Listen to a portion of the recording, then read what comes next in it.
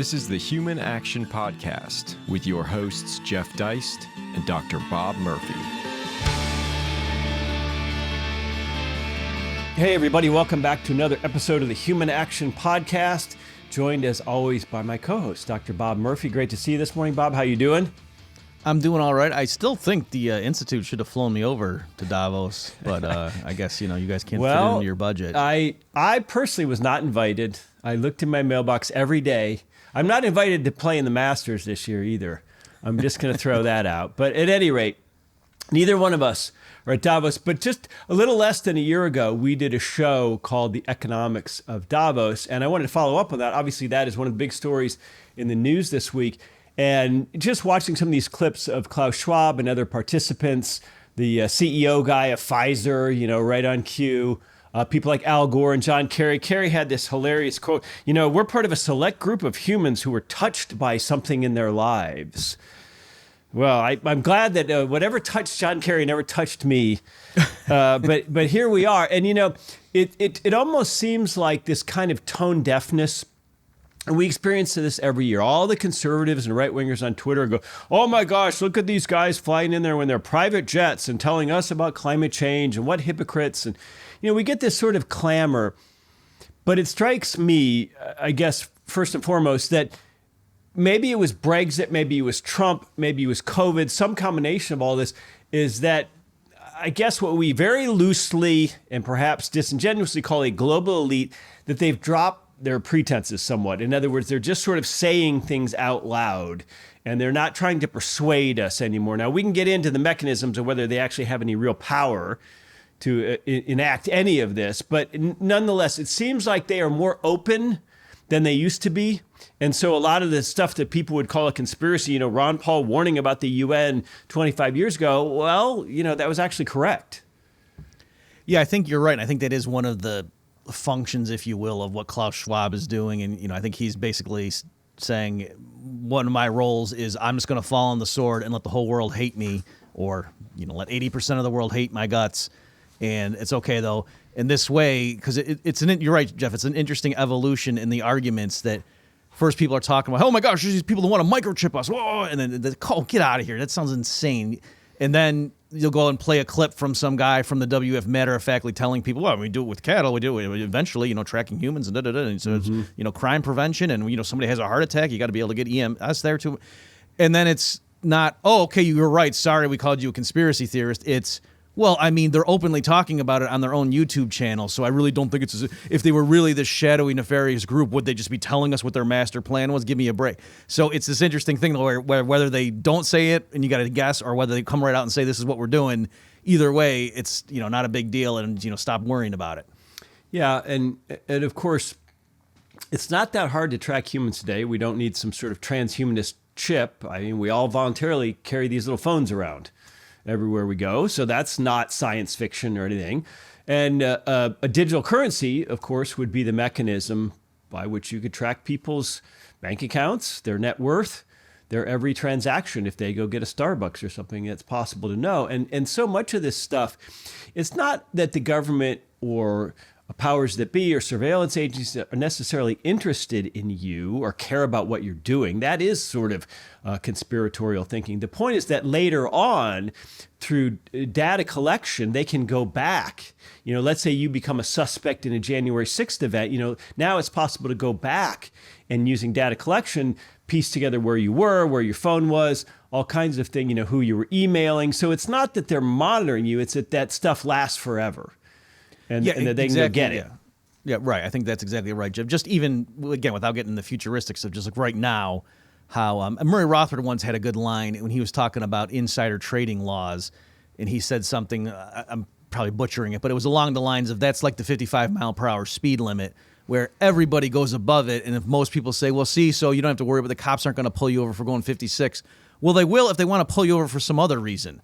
And then they can cite that as the example. So if everybody's breaking the law, it's true. It's not that everybody goes to jail or everybody gets a speeding ticket, but it just means the authorities have the discretion to just lean on anybody they want to for any reason. And technically, you're breaking some laws. And so that's what just to finish the train of thought, Rothbard was saying with insider trading, every firm on Wall Street engages in insider trading, if you take that phrase literally.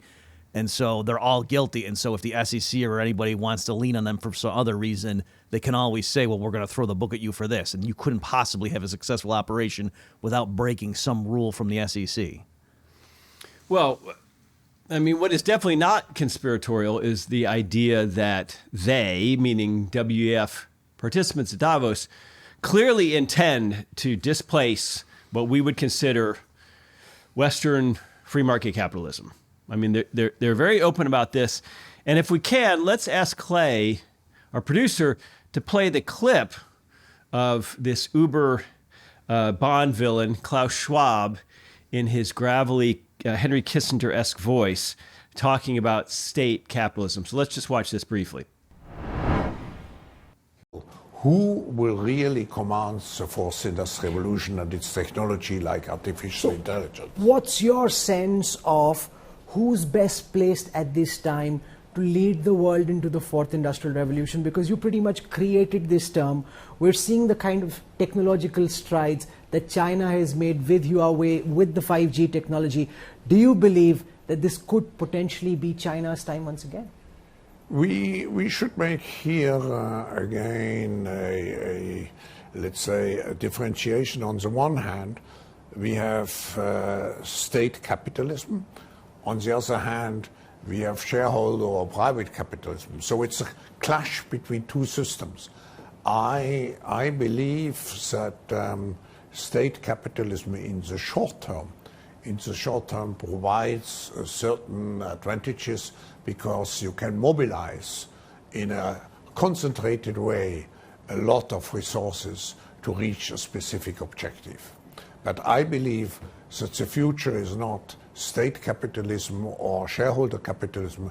The future is what I call stakeholder capitalism, which is combined with a social responsibility. So, Bob, you know, the takeaway from this is that what he breezily refers to and even sort of praises state capitalism. You and I might call that fascism. Mises might call that fascism. And then he talks about shareholder capitalism, by which you and I would mean private markets, private ownership, good capitalism. And he's sort of dismissive of that. And he says, well, you know, we're not going to have either of these in the 21st century. We're going to have this third way called stakeholder capitalism, which presumably invokes some of the elements of private ownership, but also has this social responsibility element to it. So this, to me, is pretty spooky stuff. Right. And so for the benefit of the listener, and on my own podcast, I did a whole series on Klaus Schwab and, you know, his book on the fourth industrial revolution. And then when COVID came out, very quickly, Klaus and a co-author came to press with this, you know, this book. It almost seemed like they knew it was coming, talking about like how to apply the principles he'd been talking about for a while to this new situation. And so, yeah, what he's getting at there with the state capitalism, he's saying right now the existing paradigm and the way nation states are governed, that if there's some kind of an emergency situation that requires large-scale cooperation of humans, like if there's a pandemic or climate change, things like that, that, you know, no one company just looking at the bottom line and trying to give more profits to shareholders can adequately deal with that. Not because they're evil, but just because that's the way that's set up. And so, yep, nations have to go ahead and do it through their elected representatives. But even that, he's saying, is actually not ideal. You know, global climate change, look at how hard it is to get all the governments around the world to agree to the Paris Agreement and so forth. And, you know, and then some nut job like Trump comes along and pulls the U.S. out. And you see how, so what they would really want is this more, you know, integrated framework where all the different people involved, you know, labor, students, big, you know, capital and so forth, and governments all come together and they are the stakeholders in all these important decisions. And that's the model of the future. And so what that's going to mean in practice is, I think American libertarians are always worried about, oh no, the big bad state's going to come in and interfere with the prerogatives of private business. And that is largely true in the U.S. context, but that's because our government is so big relative to any individual company. But at this point, there are several companies that are much bigger than a lot of little countries around the world. And so partly, I think the vision that Klaus has, and this is why a lot of people in business like his organization and are, you know, bought into this stuff, is because, you know, they will go to some smaller government somewhere and say, hey, we want to come in and extract, you know, the iron ore that you have or whatever, the mineral deposits, and we'll have our company come in and they strike deals and whatnot. And there it does start to merge into this thing where you as a normal libertarian from the 1960s, it's getting harder to determine, well, who's the person initiating coercion in this scenario? If it is this multinational corporation coming in that's using local, let's call it slave labor, or what certainly looks like slave labor, maybe enforced by the local police and whatnot, but they're all in on it together, and it's an idea that they hatched, the company. So again, it's a lot of like the dystopian sci-fi movies of the future where there's these big bad corporations. Klaus Schwab is setting up the framework to make that sort of thing a reality. Well, it's interesting that some of these corporations are wobbling at the moment. I see Amazon is losing share price and laid off about 10,000 workers just this week. So we would sort of imagine that as almost a quasi governance organization or quasi state in terms of its multinational reach. And of course, firms like Apple are still doing quite well. Google's still doing quite well. But I'm certainly in that category of people who maybe 15 years ago would have said, well, Bob, a disgruntled local traffic cop or a grumpy DMV person has more power over my life than Google or Amazon or something. And, I think we have to revisit that. I think that's probably not correct. That it just is as a matter of fact. Yeah, exactly. And I would have been the same way too, like to say, hey, let's be clear about what the problem. Yes, in the real world, there's, government business partnerships, and that's a bad thing, but it's always the state and the private business per se is voluntary by definition. And, that may all be true, but it gets to the point at which you want to say, well, okay, but if you're saying in reality, most of the problems are coming from these huge global organizations where there's private, technically private individuals who behind the scenes are perhaps funding the elections, the campaigns of both sides in various things around the world. And even to give an example too, there's a clip we can maybe include in the show notes page where Klaus Schwab is being interviewed by someone and is bragging about how the WEF graduates have penetrated the cabinets of major governments around the world. And that's the verb he used, penetrate. He didn't say, I'm glad that we had some influence on the thinking of future leaders. No, he didn't say anything benign. He said that our graduates have penetrated the cabinets of governments around the world. So in a situation like that, is the WEF just private, even though, they're actively hijacking the various governments around the world? So yes, it's true. In the pure free market and everything's voluntary, that's great, and we don't have that right now. And so you can say it's not capitalism's fault, and and I agree with that. And it's good to have a baseline to say this is what Rothbardian libertarianism would look like, a free society, and now what we have now. But in practice, it does seem to just keep saying, oh, it's just the state, when if these major corporations who might be have recruited and have people in the government answering to them behind the scenes, then it's like, well, okay, that's a distinction that doesn't seem like a big deal of stress right now. Well, and with the Twitter fallout, with Elon Musk buying it, we found that the state was very much involved. What we can call the state, members of the administration, the Biden administration, members of Congress reaching out to Twitter, trying to deplatform people. So the other thing is I'm not required by my libertarian principles to cheer a bunch of leftists at Twitter who apparently hated our guts.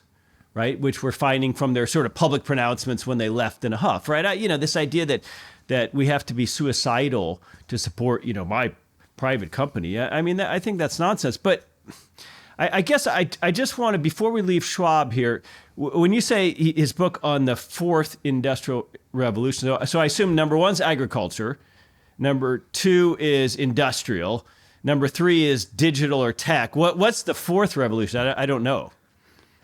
So it involved several different like artificial intelligence and then other transhumanism that all.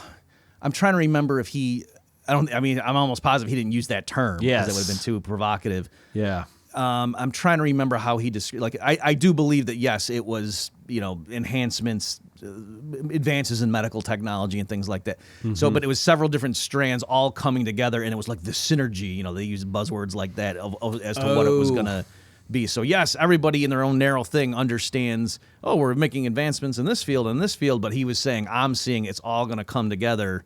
And so this is what is going to usher in this new era that future historians are going to look back and call this the fourth industrial revolution, right? And that's the thing singularity. Too. That's his appeal, like telling not just business leaders like, hey, you better get on board with this stuff, otherwise you're going to get left in the dust.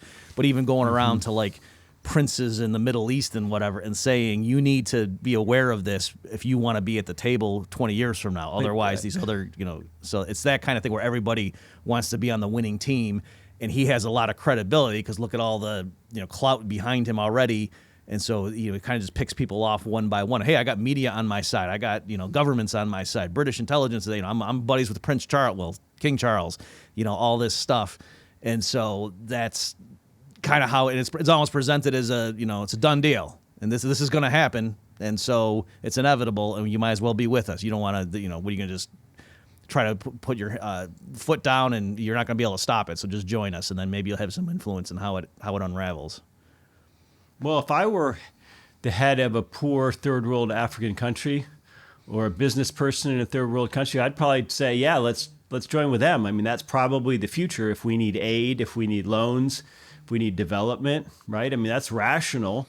But what strikes me is so much of this rhetoric, where we call this fourth industrial revolution, the singularity, where all, it's all based on this absolutely nonsensical idea that we are going to overcome scarcity, which is complete nonsense. And saying that in the face of still horrific poverty on this planet today, among vast swaths of the world. I mean, read Alex Epstein's book about the energy consumption of some of the poorer countries. I mean, that we're going to overcome scarcity. I think that's the only way that they can argue with a straight face that we're going to have this sort of neo version of capitalism where it's not so much about producing things, it's about distributing them fairly. And, some of that might mean that you Westerners have to stop driving so much, have to stop eating so much meat, have to live in a smaller place. And, as my friend Peter St. Onge, the economist, pointed out this morning, he said, the only way you can really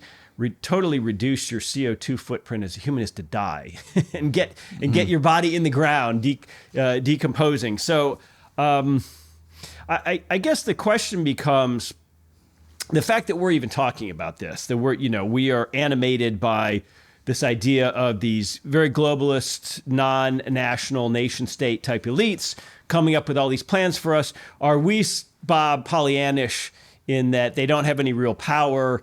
It's just a bunch of rich fat cats getting together talking with their caviar, and that there's no mechanism for them to impose any of this on us? Well, yeah. So I think we should address that possible pushback, and I have seen, as we were talking about before we started recording, Jeff, I think there's like a bit of Klaus fatigue that's been setting in among some sectors in the American right, where they're like, okay, we keep talking about this guy. In fact, maybe we can link to this. There's a Scott Greer post where he says the American right is just like, this is a boogeyman now, and Klaus Schwab is a safe villain because he's white and German sounding. This is standard. This is like Indiana Jones fighting the Nazis. This is real safe. You can hate him and not be called a racist. Whereas the real threats to the U.S., according to Greer, are woke culture and the people trying to take your kids and transgender them and all that stuff. And so let me just respond to that briefly. So if you go and look at the WEF, I just, before we started recording, Jeff, just looked at what they were recording. It was things like the live sessions that were going, advancing racial and ethnic equity, and that was the thing about telling corporate managers this is how in your own workplace you got to achieve those goals. Different roads to energy transition, and that it was all about hey, climate change, we got to go ahead and reduce carbon emissions, all that stuff. Water, the bloodstream of our Earth system, again, all about climate change. You have to revamp our utility structures in order to make more sustainable investments, things like that. So all the woke stuff from the left is coming out of the WEF. And then also this idea that Greer also gets into is, hey, Klaus, they're over there, let's just focus on our own problems. Klaus Schwab, he's got an economics and engineering advanced degrees, but by his own telling, he was in Harvard I think it was in the 60s, and he took Henry Kissinger's course on geopolitics. I forget the name of it. And Klaus says that's what got him interested in, I left academia or just mere technocracy and realized, there's a bigger thing for me to do. And we can link to this piece by Johnny Vedmore where he points all this stuff out. And Klaus Schwab was recruited by various people connected with the CFR and all that stuff, and to form an organization that was then renamed the WEF. And John Kenneth Galbraith, for example, was the keynote speaker at their first meeting. All right, so this isn't just some European thing and we're just getting distracted. this was created by a lot of the bad players in the U.S. political arena, and I'll end with this one, Jeff. It seems a lot, doesn't it, like that the American left, like they're all coordinated. Like you start using the same buzzwords. It's like, man, how come they're so well organized? It's like they all got a memo from somewhere. Well, the WEF and groups like that is where the memos are coming from, right? So that's partly what is they sort of set the tone and say, this is how we're going to talk about these issues, and then everybody just follows suit. Not necessarily because they're literally getting an email saying this is what your marching orders are, but just because they realize, this is how the tone has been set, this is the language, the vocabulary we're going to use, and they sort of just go with the flow. And that's why it just seems like, man, if you're a right dissident in the United States, it seems like you're up against everything that the media and corporations and academia are all aligned against you. How is that possible? Well, it's because of organizations like this. It's not just random. Well, it's interesting that the digital age has not allowed a proliferation of worldviews. It's actually encouraged monoculture. And, it's encouraged one worldview. I mean, if you go on Twitter on any given day and look at the battle du jour, you'll see, just like you said, there's no central command sending out talking points to every lefty on Twitter. But nonetheless, they all, by the end of the day, the hive mind is working, and maybe it's working as intended. But, I mean, I would push back a little bit on the idea that there's no mechanisms for a global elite to work its will on us domestically, because, I mean, let me just tell you a little vignette. When I worked for Ron Paul on the Hill in the early 2000s, Ron got a lot of grief from libertarians for opposing what we considered managed trade schemes like NAFTA and WTO.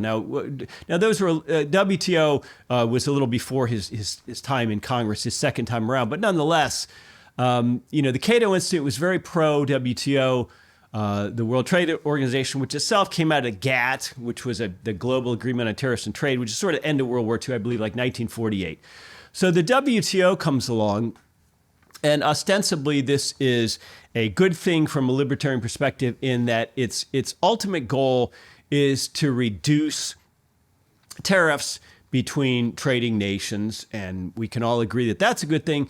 But its secondary goal, or maybe the goal that goes along with that, is sort of harmonizing the rules amongst signers to the WTO agreement.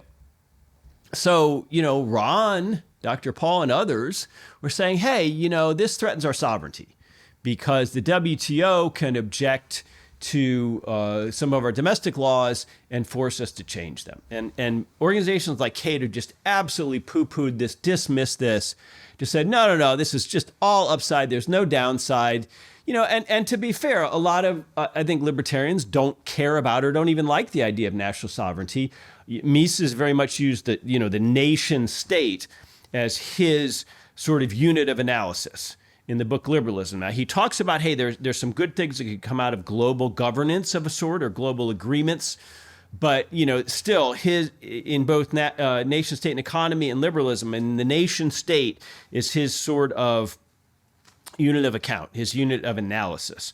All right. So when the WTO comes along, and people like Ron and Murray Rothbard at the time, still alive, are saying, hey, all we need for free trade is a bilateral agreement between two countries. You don't need these multi-country things with hundreds of pages of bureaucracy and setting up these sort of quasi-governmental tribunals. I'm like, no, we don't need any of that. The U.S. and the U.K. can just have a one-line agreement between them that says, we agree to have zero, tariffs on each other's steel. Right, that's all it would take. Of course, that's not the way the world works, but fine. Ron was trying to make a libertarian principle. So when libertarians are bashing him for being against this agreement, well, lo and behold, what happens just a couple years later? This is around 2004. So Bill Thomas, some of you remember that name. He's a very powerful guy, feared on the Hill. He was a California rancher, and he was chairman of the House Ways and Means Committee, which is a very powerful committee, and which is where all tax legislation is supposed to originate. So anyway, United States, unlike most modern industrial nations, has a worldwide tax system. That means if you're a U.S. citizen or resident, you get taxed on your worldwide income. Not, the source doesn't matter. If you make money in South Korea, you get taxed on that by Uncle Sam. Now, if you pay tax to South Korea, you might have a foreign tax credit, but that's a separate issue. Okay. So as a result of this, big U.S. multinational corporations, which operate in many, many corners of the world, said, hey, let's set up foreign corporations, subsidiaries, and let's sell, manufacture, operate, whatever, in these foreign jurisdictions. And, unless and until we bring that money back to the U.S., to the parent company of Apple or whoever, or Google, in the form of a dividend, that's not taxed. That's not tax revenue to the U.S. taxpayer. That's tax revenue to our foreign subsidiary. Okay. There's a whole area of the Internal Revenue Code called Subpart F, which is designed to sort of force you to pay tax on that, even if you don't bring it back. Okay. Complicated stuff. But nonetheless, there was something called a Foreign Sales Corporation, which the WTO appellate panel at the time, this is the late 90s, early 2000s, said, hey, that's no good. That's because you're not forcing the sales corporations, which are foreign subsidiaries, to immediately bring that income back and tax it in the U.S., that's a subsidy. That's an illegal subsidy. They didn't say that that's a subsidy that violates our WTO agreement. That's not the terminology. They said that's an illegal subsidy. Illegal meaning like criminal law. Okay? So when they use that term, they're basically saying you broke the law. The United States tax code broke the law, which is a very different than like abiding by a treaty. So anyway, Bill Thomas, this tough guy, dutifully goes back to Congress and says, hey guys, sorry, the WTO appellate panel, which is a fake court, it's a fake quasi-court, has ruled against us, so we got to change it. And Congress, like little whip dogs, went ahead and changed that rule. And Ron was like, hey, this is what I was talking about.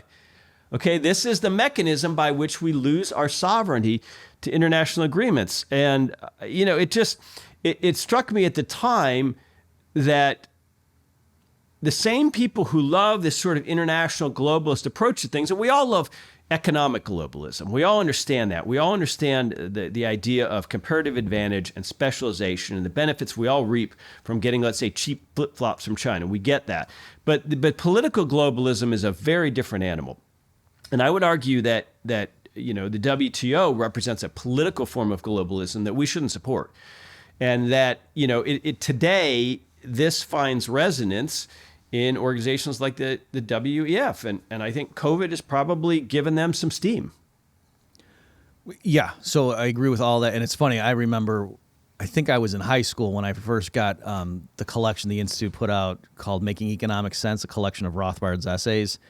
And when he was against NAFTA, and that at the time I didn't understand why, because I was just, well, it's for free trade, and I didn't, so now that I'm older and wiser, I get it. But at the time, I remember thinking, well, geez, I thought free trade was a slam dunk. What are you talking about? Yes.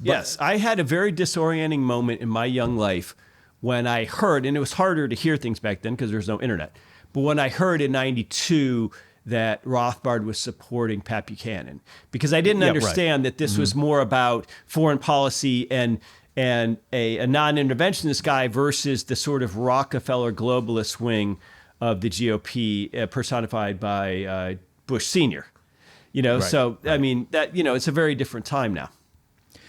To give a different example of the kind of thing you're talking about, I remember I was a professor at Hillsdale at the time, so this would have been like in the early 2000s, and the George W. Bush administration, they did something, I can't remember what, maybe you remember, they did something that was allegedly in violation of, they put the duty or something on goods coming in from, I think, China. And the WTO said, if you don't drop that, what we're going to do is levy, punishment, and it would have hurt. And Gary Wolfram, who was a real sharp economist there, and he explained to me that what they were doing was like going to just affect exporters in key swing states. You know what I mean? Like what the WTO or whoever it was came back and said, if you don't drop these, this is what the penalty is going to be. And it wasn't just we asked an economist what would be fair. It was clearly designed to cause maximum damage to Bush in his reelection campaign. in terms of like who it was going to hurt in key areas where it wasn't clear which way they were going to go, R or D in the upcoming election. So there's all sorts of things like that. That yes, it's not just a matter of we want to move towards free trade and this is the way to do it. And it's so again the mechanism that people see, and this has to do with Brexit and all this stuff. That yes, local groups then give over their sovereignty, and you're right in some abstract philosophical sense. Standard Rothbardian analysis, national sovereignty is not really a thing. Everybody's just an individual owner and self-sovereign. But again, given realities that if you're part of this smaller group and then joining into a broader group is not a good idea, because then you're going to have less influence over that. So the ideal would be, absolute free trade among all units on planet Earth, and individual, everybody is his or her own ruler. That would be the two extremes. And notice that those two go together. If it's just you and there's 7 billion or 8 billion other sort of individual sovereign entities, there's not going to be large trading blocks probably. Probably the default thing is everybody's just going to have free trade with everybody else. And that's just how you're going to conduct your business. And so the two do go hand in hand. And so, I think what the WEF, they're trying to push for these big, blocks because they realize they can more easily influence. It's easier to capture some group that's like a coalition of partners that oversees the United States, Canada, Mexico, and Europe, and Great Britain, and so forth. They're all some central group. Nobody in each of those individual countries is going to have much direct influence over that. Well, let's talk about what the WEF might attempt to do next. Now, their meeting this year, two things strike me as very different versus a year ago. One is there's no longer any pretense that Western countries can claim that inflation is just some transitory thing. It's not a big deal, because clearly inflation has been much more severe in the 12 months since the last Davos meeting than most people would have anticipated, and that it apparently is pretty stubborn. It's not going to be so easily dealt with. And number two is that this Russia-Ukraine conflict has dragged on, got nastier, more entrenched. We've got actual trench warfare now. This is really getting into an ugly situation. And some of Putin's rhetoric with respect to nuclear weapons is exceedingly ugly, which I suppose is his way of warning the West. Look, if you guys attempt to escalate through NATO or otherwise, your arms or even actual troops in support of Ukraine, this is my ace in my pocket. So that's all worse than a year ago at Davos. So let's say the next crisis is not flu. Let's say it's either economic, the Fed is unable to corral inflation or engineer a so-called soft landing, or this Ukraine-Russia thing heats up and expands. I mean, what is the WEF? What do they try to do? What's their role in all of this? I mean, to me, a crisis is an opportunity for elites to seize power because people are scared during a crisis and they're clamoring for some authority to come make it right. Yeah, so I think one thing for sure they're going to do is keep pushing the CBDC, the central bank issued digital currencies, and that would fold right in nicely with look at the price inflation, and there'll be different performances by different central banks, and so that would even give more impetus to why don't we just have a more regional one? In this way, the poor people who are in this country that's suffering under the ravages of inflation, wouldn't it be better if you were under a broader umbrella of a more rationally managed currency? So I think you would see a push for that. And also, too, their standard litany of, this helps us stop against money laundering and, all these terrorist organizations trying to do things. And if we just had the government in control of the currency for real, then, things would be so much better. So I think you're going to see that. And they are, and I did one of the live, I told you when I was jotting down the live sessions, one was an integration of global tax reform and harmonization. So when you were telling your Ron Paul story, that reminded me of that it disappeared before I could jot it down, but I guess the session ended while I was looking at the menu. But that's the thing too, that they're trying to integrate the tax treatment of governments around the world again. So I think to the extent that there are economic crises and different people performing differently, that they'll just get swept up with that hey, why don't we just have a more uniform system? It's kind of crazy that capital's zooming all over the place based on a few rates changing in a few brackets, that sort of thing, and have a more a fairer treatment. Because look, there's these crazy, this company over here is not paying any tax because they relocated to Ireland, and that's nuts. And so let's go ahead and reform that. As far as the Europe, so I've seen different things. There is a danger of thinking everybody's playing 7D chess. So clearly, in terms of their official rhetoric, that yes, the people at Davos are very concerned about Putin, and we need to, we in the European community need to think about how we're going to bolster our mutual defense and da-da-da-da-da. On the other hand, I've seen people who are, there's photographs of Putin hobnobbing with some of these people a few years ago, and so some people are like, oh, this, they wanted this to happen so they could have the excuse. Yeah. I don't, it depends. At some point, I think you take it too deep and just, it is what it is. Just look at the surface of it. But in any event, yeah, it will foster more people merging their sovereignty, just like the trend you said before, because now it's any individual country can't stand up to Russia. That's why, again, we need to strengthen ourselves and just throw in a common lot. We're all in this together, and let's go ahead and merge all over. You can't have 18 different militaries making independent decisions. We need to all be under one joint command, that sort of thing. Well, Bob, let's not forget that U.S. bigwigs used to hobnob with Saddam Hussein and the Mujahideen and Manuel Noriega and all kinds of people who later became enemies. So we're allowed to switch. And I did see the Prime Minister of Finland talking to a news person at Davos yesterday saying, hey, we're going to support Ukraine if it takes 1 year, if it takes 5 years, if it takes 15 years.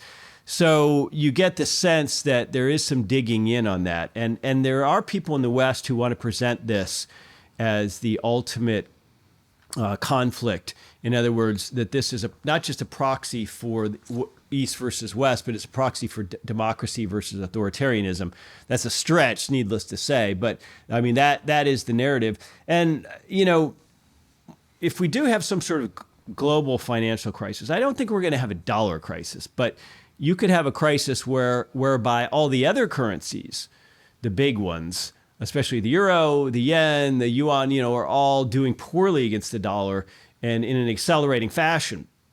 If you just Google Brent Johnson, the dollar milkshake theory, he's an interesting guy. I don't agree 100%, but I agree largely with his premise.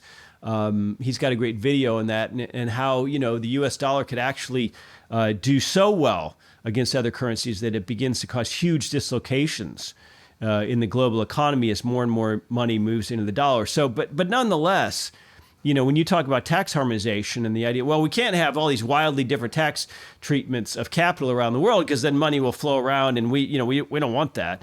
In other words, they don't want capitalist countries. But now we have this idea of a digital currency, so that makes the prospect of a global currency very different. People like Pat Buchanan, people like Jim Rickards used to talk about the IMF using its special drawing rights to become the de facto global reserve currency if the dollar ever wobbled. And so the idea would be the central banks are the bankers' bank. Well, the IMF would become the central bankers' bank, and it would be the ultimate backstop. And these special drawing rights would become a form of global currency on their own. And at first, anyway, they would consist of a basket of other currencies and commodities to make it sort of more understandable and palatable. But ultimately, the special drawing rights would just become a pure fiat instrument of the IMF. And you don't hear so much about that anymore. Because I think now you got the possibility to issue this digitally. But the question still is who issues, and does this help or hurt the U.S.? I mean, the U.S. likes its position, obviously, as the world's reserve currency. I mean, I think the Western elites would be loath to give up that system because they benefit from it. But also, if we do have a crisis of sorts, I don't think they're going to allow what happened, let's say, in 07, 08. And as you mentioned, you have all these different governments.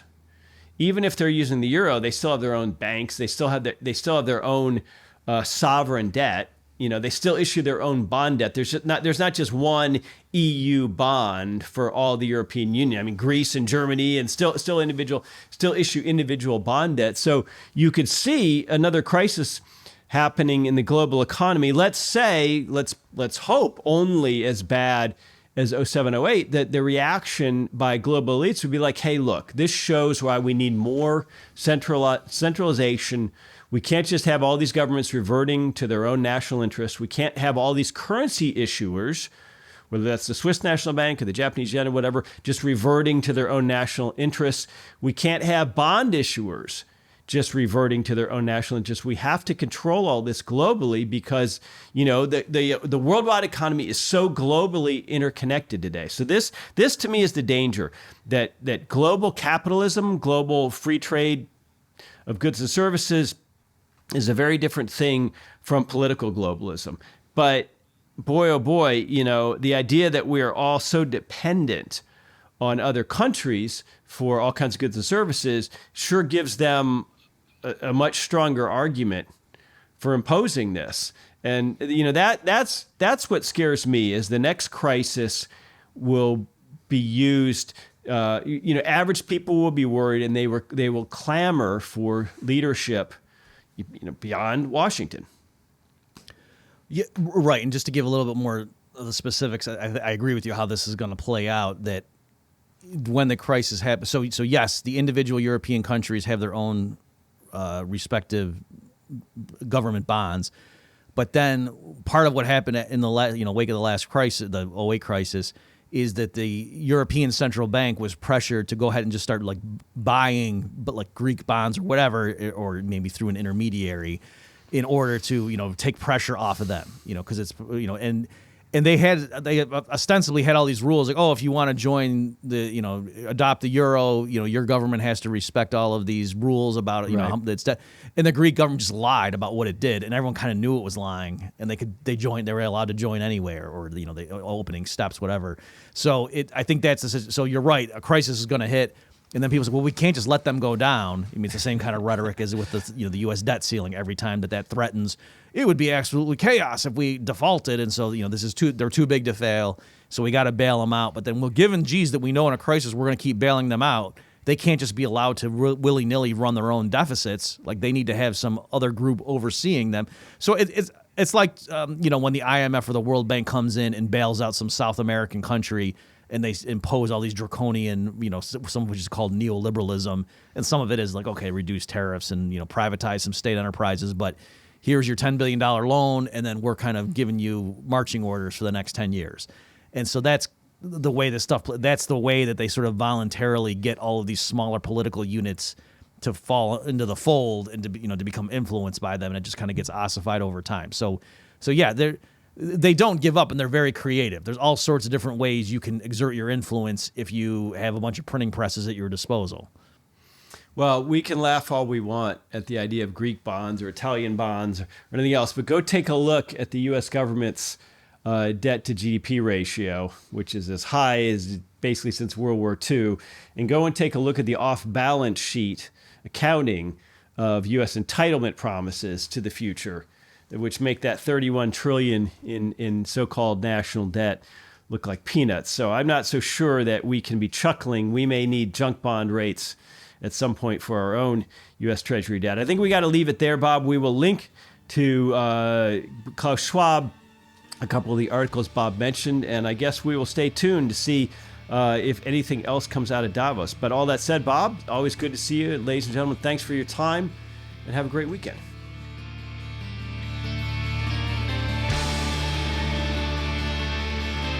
Check back next week for a new episode of the Human Action Podcast. And in the meantime, you can find more content like this at Mises.org.